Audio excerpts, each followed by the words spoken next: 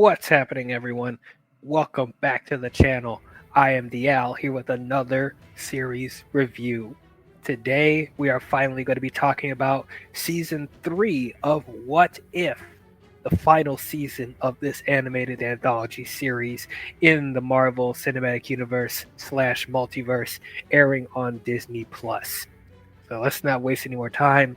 Let's get into this.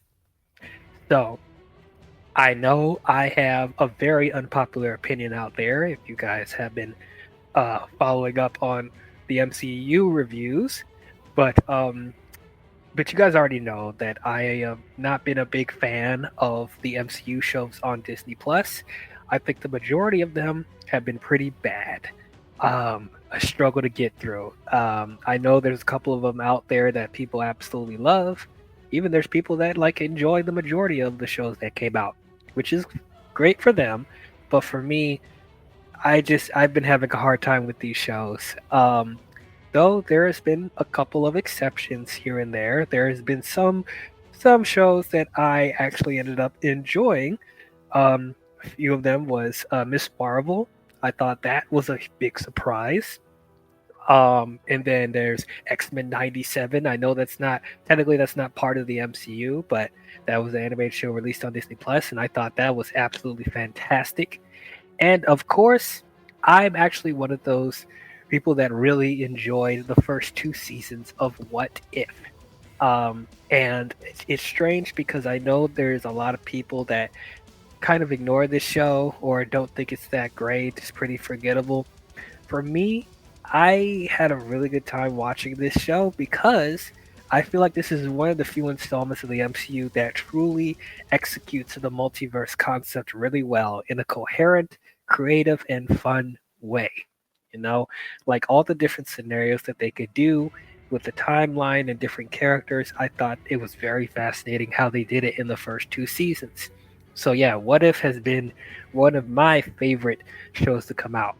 So, of course, I was very excited to see season 3, but I was a bit sad because hearing that this is supposed to be the final season of What If, I was a bit disappointed about that because I felt like they could take this concept for a few more seasons. You know, I didn't think it had to end with 3, but I guess it kind of makes sense because I don't see them making another season of What If uh, after Secret Wars, because I think after Avengers Secret Wars that will probably be the end of the multiverse saga. So I guess it makes sense for them to end it off here. But it was fun while it lasted, you know. Um, but regardless of that, whether it's the final season or not, still excited to see this. But hopefully, with this final season, they will end it off with a bang. Like I said, this could be their opportunity to really dive into some really crazy concepts that we haven't explored before. I would say go all out. If this is the final season, get as weird and as crazy, but it's coherent. I still want it to be coherent while still being kooky and crazy. But yeah, I couldn't wait to see how they handle this final season. And after watching season 3, I was very disappointed. Ah, man, guys, I was so let down with season 3. I was not a big fan of this season. What happened here? Like, seriously, what happened? This was a significant step down from the first two seasons. And I thought this was a very poor way for them to end off this entire series. If this is the final season, like, man, I am so frustrated right now. And I don't know, because this was one of the few shows on Disney Plus that I was looking forward to, and I was really hoping we would get back to the good quality that the previous two seasons were. But it just feels like this season they didn't really care that much. It felt like they just need to get this out of the way and move on. And as far as the concepts and the different stories that they were telling, it was it wasn't anywhere near as inspired as the previous two seasons. Not to say that all the episodes were horrible, but even the ones that I consider to be decent or kind of good, like I said, not even like even those episodes I don't think are that great. I'm just I'm very disappointed. Very disappointed. Um so yeah, I'm going to go episode by episode. So I will leave timestamps in the description if you want to skip me talking about a specific episode. Spoilers on, obviously, because we'll be talking about stuff in the episode. So if you have not seen What If season 3, and you don't want to know anything about it, I would suggest go watching on Disney Plus and then coming back and listen to this. So you have been warned.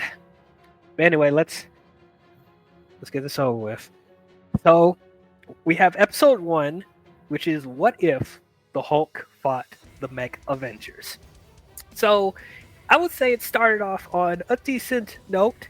This was an interesting episode. I thought it was pretty decent. Like I said, it's not great, but I starting off, I'm like, okay, this is an okay episode.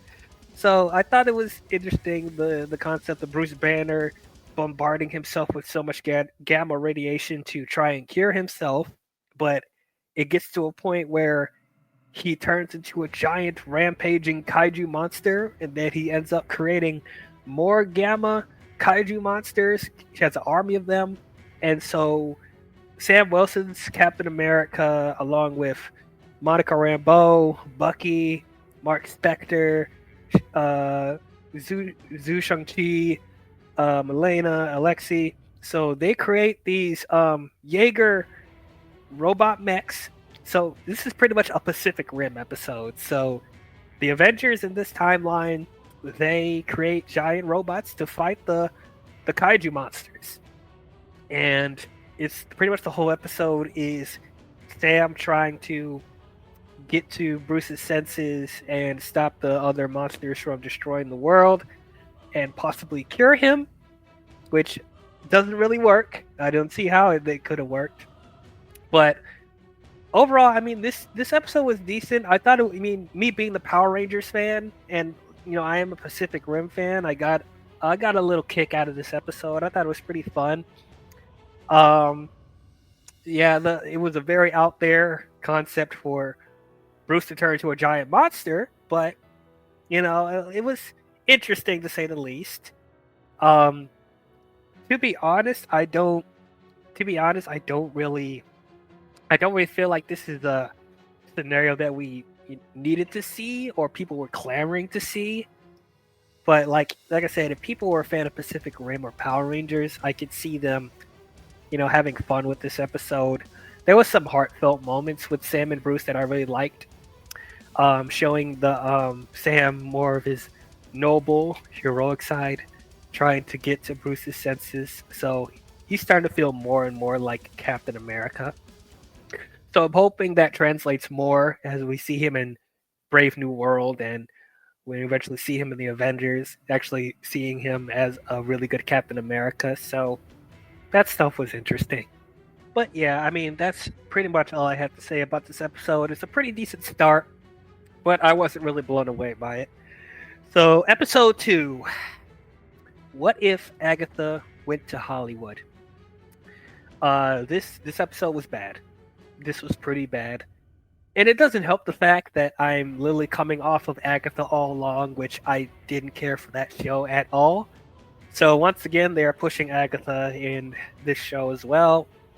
I did not understand this timeline at all. So Agatha is trying to absorb the power of the Celestials. And specifically, she's trying to absorb the power of Tiamat. And so in order to do that, she becomes an actress and goes to Hollywood and decides to star in a film directed by Howard Stark, Tony Stark's father. And also, she runs into Kingo, and so she wants to absorb the power of Kingo to absorb the power of Tiamat, who is still in the earth. And Arisham is about to unleash Tiamat onto to come out of the planet. And so it's a whole thing of Agatha trying to make a deal with Kingo and manipulate Howard Stark to get all the power, and I guess she becomes a Celestial herself, I guess. This episode was so dumb. I I don't know, man. Like, what? Seriously, what are the writers thinking here? First of all, you guys already know how I feel about Agatha. I don't care for her as a character. I think she's very unlikable and she's annoying. Um, and I could care less about her trying to absorb all the powers of Celestials and whatever. Once again, it's like it's nothing different if you haven't already seen her show. Like, once again, trying to take all the power for herself so she can do whatever the hell she wants. But like, why do we need this Hollywood movie star scenario with her? Because Kingo was a movie star in Turtles. So is that why we're doing this? Like, and then Howard Stark being a filmmaker? Like, what are we doing here? Like, it's just so dumb. And then there was like this ridiculous dance musical number with Kingo and Agatha having a magic battle and all that other stuff. And then, of course, when she tries to absorb the power of Tiamat and take all the power for herself, and she becomes power hungry and stuff like that, and then Kingo helps her come to her senses and be like, you don't need to use that power to take over the world. You can use that for other things. Like, you can do stuff that could benefit the world, or in other ways, and like be a movie star like me and blah blah blah. I'm like, no. And it's like, we knew where this was gonna go. Like, it's literally this. It's the plot of Agatha all along. It's the same. The skeleton of it is the same thing as her show, except put in this ridiculous scenario with them being in Hollywood and being a movie star. And Kingo is the one to get to her senses instead of what was it, William in the Agatha all along? I think it was Bill. Yeah. So it's literally the same thing. Kingo is Kingo. Like, if you like Kingo and the Turtles, he's pretty much the same here. Still silly and ridiculous. Kimano Nanjiani, like, what to expect when it comes to him. But yeah, man, I just thought this was stupid. I really didn't think they need to do this. Like, there's nothing really interesting, and they try to be creative with this, but it just feels so random. But that's all I have to say about episode 2. Let's get into episode 3. What if the Red Guardian stopped the Winter Soldier? So, Red Guardian is appointed to stop Bucky around the time where he's about to assassinate Howard Stark.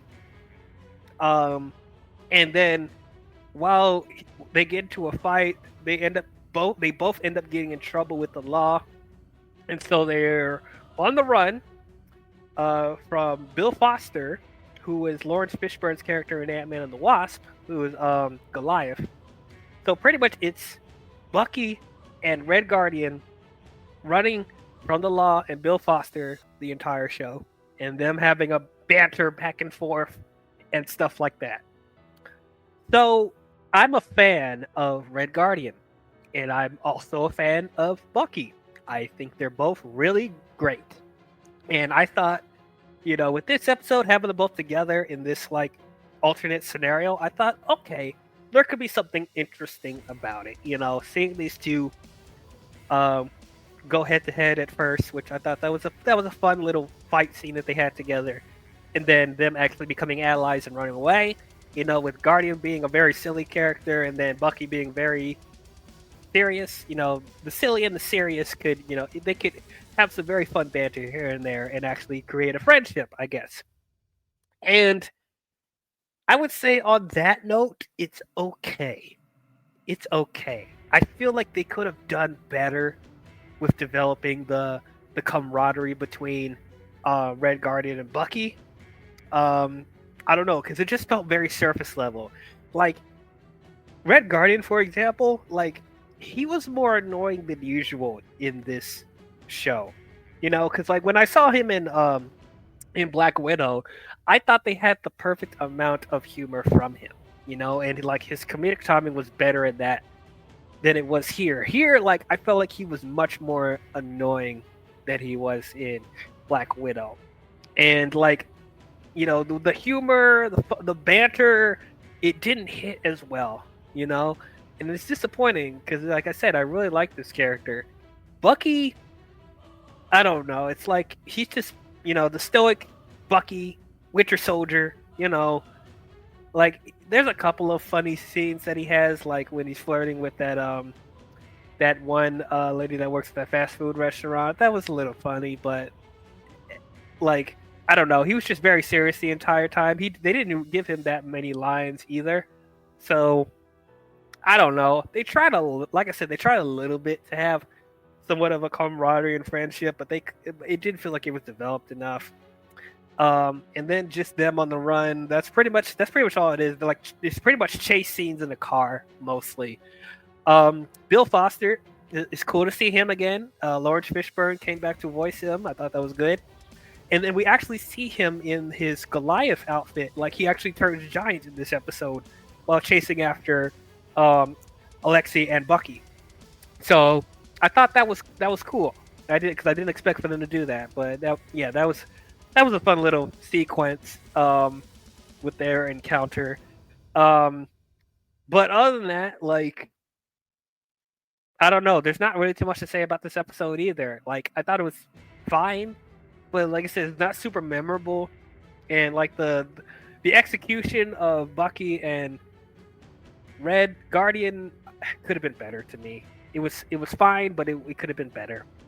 Hopefully in Thunderbolts, they get some better dialogue and better banter between each other. I don't know, because this didn't fully hit the way I wanted it to. Okay, so episode 4. What if Howard the Duck got hit? What the actual hell is this episode? This episode was terrible. It was so bad. This is probably the worst episode of the entire season. I really want to know, in that writer's room, what were they smoking creating this episode? Like, I am so baffled right now. Howard the Duck and Darcy get together. They get married, and then they have a baby. An egg. Darcy gives birth to an egg, which could be a half duck human hybrid. And apparently this egg holds great power. And so most of the villains and antagonists from the entire MCU is going after Howard and Darcy's kid because this egg just so happens to hold great power. This episode makes no freaking sense. None.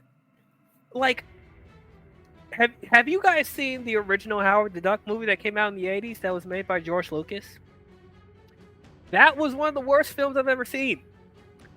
And in that original movie, they played with the concept of Howard falling in love with a human woman and hooking up with her.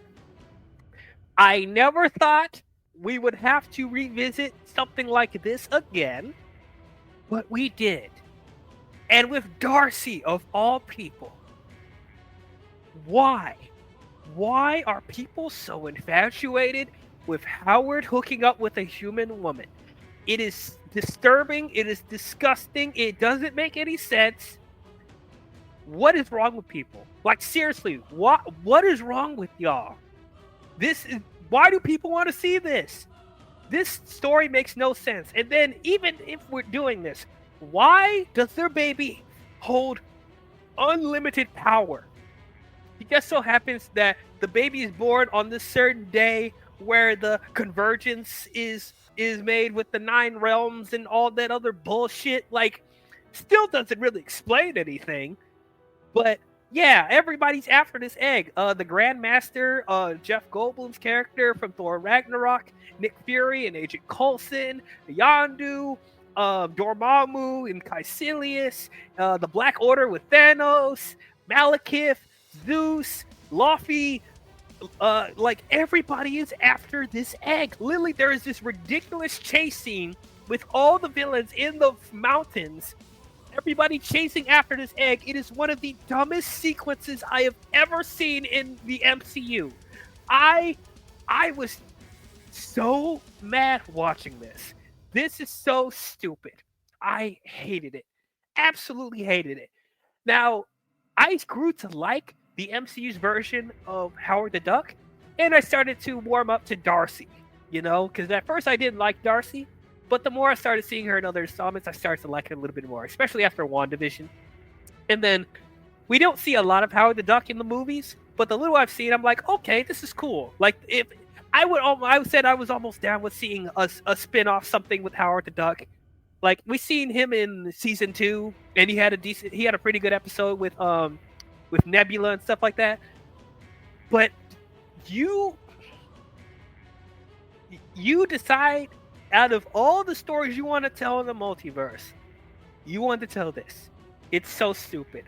And then when the egg actually hatches and stuff like that, it's a weird mutant humanoid baby with duck features, and like she ends up growing up and being a multiversal Avenger. Like, what is it, Birdie the Duck? Which we'll get to that later. But I hated this episode. I hated it. It made no freaking sense. I know it's the multiverse, and so their excuse is anything can happen. But this is a scenario that I did not want to see happen. And I actually want to know if there is anybody who is actually fans of this episode. I really want to know. Because this, oh my God, I'm so mad watching this. I'm so mad. I hated it. This is the worst episode of the season. Probably the worst. Honestly, I might hate this more than the Thor episode in the first season. Because I hated that episode too. But this arguably is just as bad, if not worse. God, I hate life. I really do. All right, moving on. Episode 5. What if the Emergence destroyed the Earth? So I actually thought this episode was pretty decent. Like, I thought this was a very interesting scenario. So Quentin Beck, Mysterio from Spider-Man Far From Home, ends up overtaking Stark Industries, and he creates an army of drones, like they're similar to the Iron Legion that you saw in Age of Ultron. And also the Earth is split apart by the Emergence.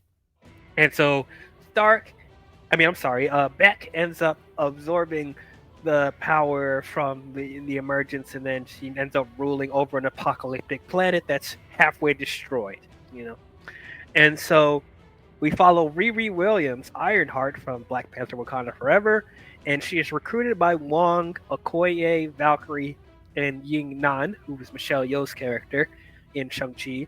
And they create an alliance to stop Beck. And he's also in control of White Vision as well. That's his lieutenant, which is very dangerous for them because you know how powerful Vision is. Even though I personally don't like White Vision being created made no sense in WandaVision, but I digress.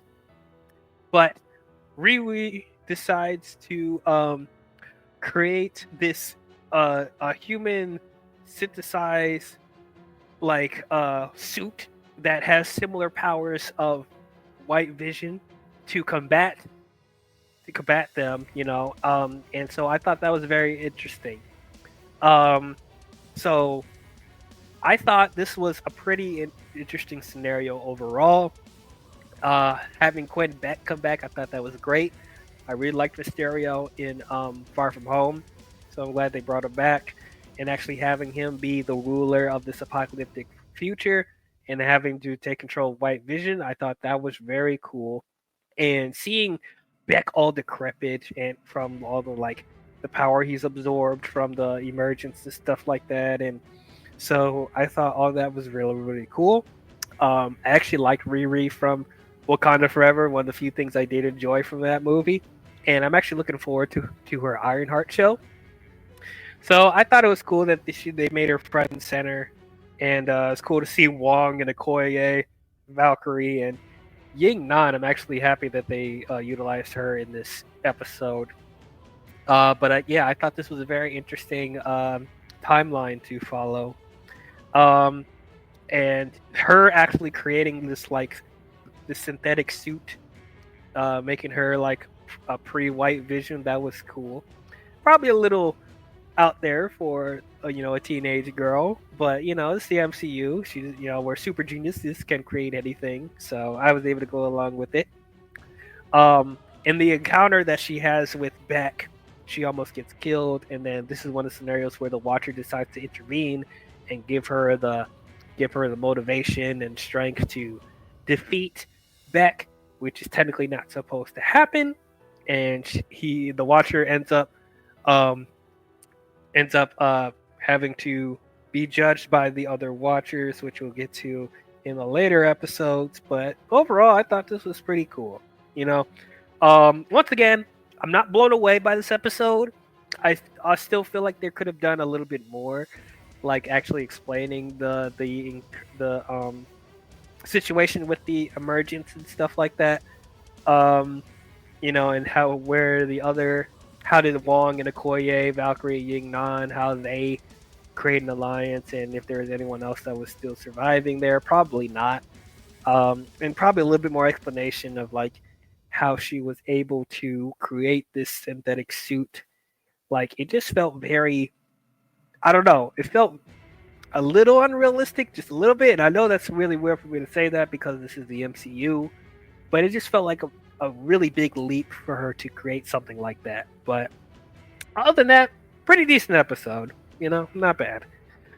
Okay, episode 6. What if 1872? Again, this is a what the hell? What kind of episode is this? Like, it's not as bad as the Agatha and Howard the Duck episodes, but again, this is another story which I don't care to see, and I don't think the concepts they put in this episode, I don't think is really that creative. It just felt very random. So they're in the 1860s or 1870s, whatever, and Zhu Jialing, Shang-Chi's sister, fled to America for a better life, and she falls victim to the Hood. I guess it's this anonymous figure who, like, we don't really know too much details about that, but they have their plan to enslave Chinese immigrants in order to consolidate his power. And so Shang-Chi and Kate Bishop are cowboys, and they want revenge on the Hood for killing her family. So it's pretty much, yeah, it's this random Western sci-fi mess. It's a mess. Look, I don't really know what to say about this. It's like, why is Shang-Chi and Kate Bishop cowboys? Why is this a Western? Like, it doesn't feel like it fits for their characters. The whole thing about the Hood, they don't explain that very well. And this is, once again, it's just similar the conflict, I'll say, with Shang-Chi and Zhu. That was probably the most interesting thing about the episode. Like, there was actually some heartfelt moments, and there was actually some consequences, life and death situations. So on that aspect, that was interesting. But I really did not like this Western scenario that they have here. And like, I'm not even like a hater of Westerns. It just felt like it doesn't fit with this scenario. It felt so random. It felt like they just wanted to be different for the sake of being different. I don't know, man. Like, like I said, there's not too much for me to say about this episode. Yeah, I don't know. The enforcer, Sonny Birch, like had like this weird hypnotizing thing. They do the Kate Bishop with this lullaby thing, whatever. That was kind of interesting, and I don't know. I don't want to say I was getting Wild Wild West vibes, but yeah, I kind of was. Not gonna lie. Oh, and John Walker's in this, and I did not recognize him in this episode at all. There's probably another criticism that I have with this show, because I know there's like the voice acting here was not that great. Um, for the most part, you actually had the actors do the voice of their characters, but then I know there's a couple of them where they actually had stand-ins or sound-alikes, and it was very apparent this time around. Like it didn't bother me in the previous two seasons, but in this season specifically, like there were times I couldn't tell who was who, because it happened in the Kaiju Hulk episode. It happened in Ultron's voice in 7 and 8. We'll get to that. And it happened here. I didn't recognize that was John Walker. So it's like, I don't know, unless they actually said their names, because like the design of the characters too did look super recognizable for some of them too. Like I couldn't tell who a couple of characters were. So yeah, I really didn't care for this episode. I won't say it's awful. Like I said, there's some good things about it, mostly with Shang-Chi and Zhu, because I really like those characters. They're really well done. But this Western stuff, no, I didn't like it. Okay. Getting down to the final two episodes, which I'm probably going to talk about as one conjoined thing because like it's literally a part 1, part 2 situation again. So episode 7 is what if the Watcher disappeared, and then I will transition into what if. That's the name of episode 8. So the Watcher is standing trial before the three main Watchers. I thought Owatu was the main Watcher, but apparently not. So there's 3 other Watchers above him, which they are the Emergence, the Incarnate, and the Executioner. I'm not gonna lie, those names are kind of badass. So, and then there's like this multiversal foursome with Captain Carter, Kahori, Birdie the Duck, and Storm. So technically, this is the first appearance of Storm in the MCU, which I'm very happy about. And she is holding the power of Mjolnir. So she is the the goddess of thunder in this timeline, which I think is absolutely badass. I loved it. I love seeing Storm. So I'm glad they actually used her in this show. But they realize that the Watcher is in trouble, and so they figure out a way to try and save him. And in order to do so, they have to find Multiversal Ultron to help them get to the realm where the Watcher is to save him from the other 3 Watchers. And then it leads to this battle between the multiversal group and Uatu versus the 3 Watchers. So that's the bulk of episodes 7 and 8. And okay, this was a fun 2-episode finale. It was fun to watch. I'm not gonna lie. There was some entertaining fight scenes. There was some crazy stuff with the Watchers and all that stuff. It was a big old spectacle, you know. So this is them trying to end off this series with a bang. So I would say like I had fun watching episode 7 and 8. I did.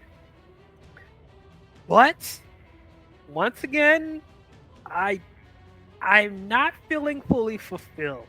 You know, like as far as this being the finale of What If, like I feel like they could have done more.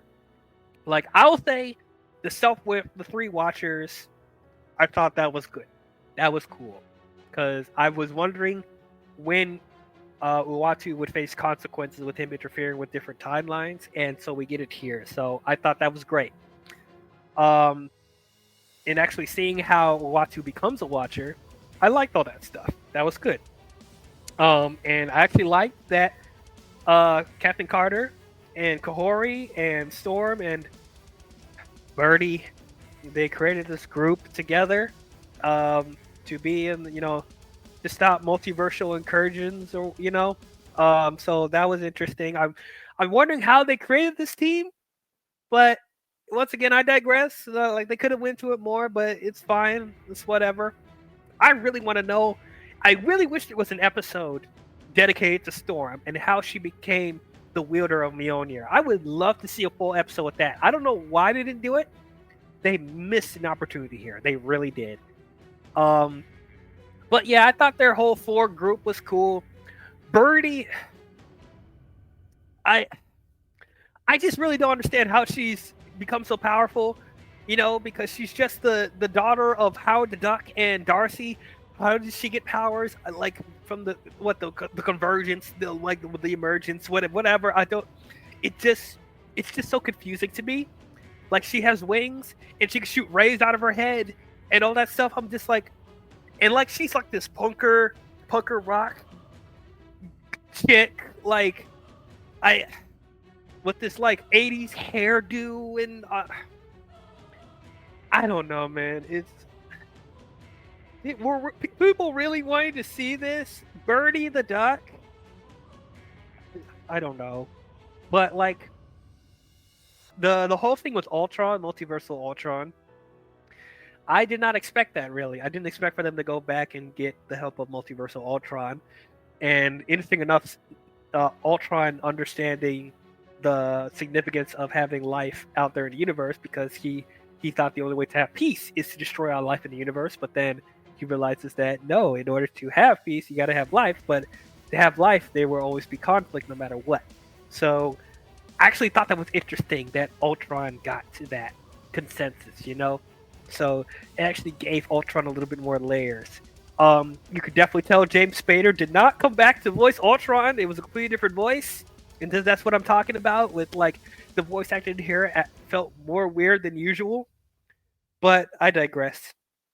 So the real issue I have with it, with the finale, is the battle between the Watchers and the multiversal people and Uatu. Look, I know that's a fun sequence. It's a lot of colors and rays going on, and like punching and swords, and Mjolnir, Storm using Mjolnir, and blasts and teleportation and all that stuff. This fight scene went on for a good 10 minutes, 10-15 minutes. This was a long fight scene between them. But my issue is not only the power scaling, but the fact that the Watchers are even getting in combat with these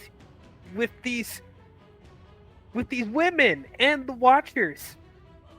So Uatu has the ability to give Peggy, Kahori, Birdie, and Storm the power of the Watchers. They just have to say this random oath and say they accept, and then they get the powers. So why couldn't you do that when in the previous seasons, when you were recruiting the multiversal Avengers? Okay, but the bigger issue here is the Emergence, the Incarnate, and the Executioner. If they're more powerful than Uatu, couldn't they just wipe out all their powers at once?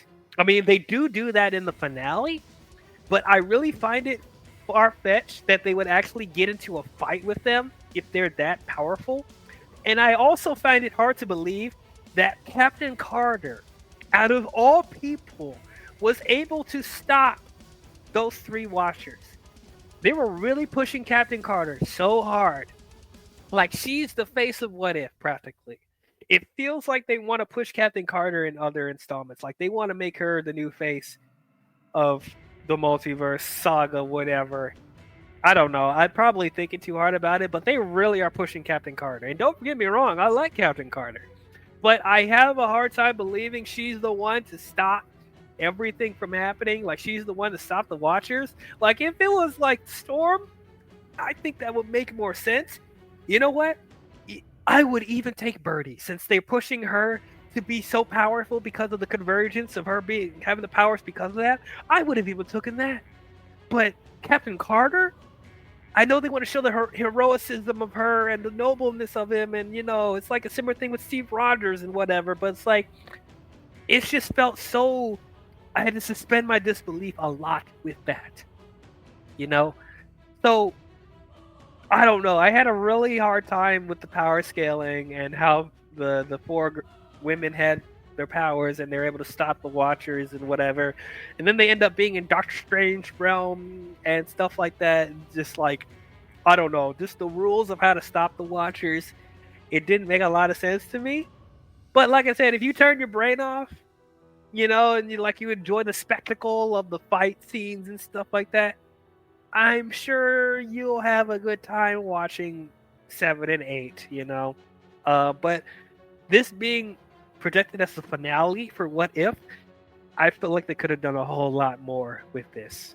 So yeah, that is my breakdown of What If Season 3. Overall, I am pretty disappointed. Yeah, this is the weakest of the 3 seasons in my opinion. And I think they could have done a whole lot better with this being the last season. Like, there's so many other interesting concepts they could have done for this season. Like, even like at the tail end of the final episode when they're showing different variants or whatever, that stuff looked more interesting than what we've gotten. Like, what was it? A Blade, Moon Knight, and something with She-Hulk and multi-armed Spider-Man and all that other stuff. I'm like, why didn't we see any of those?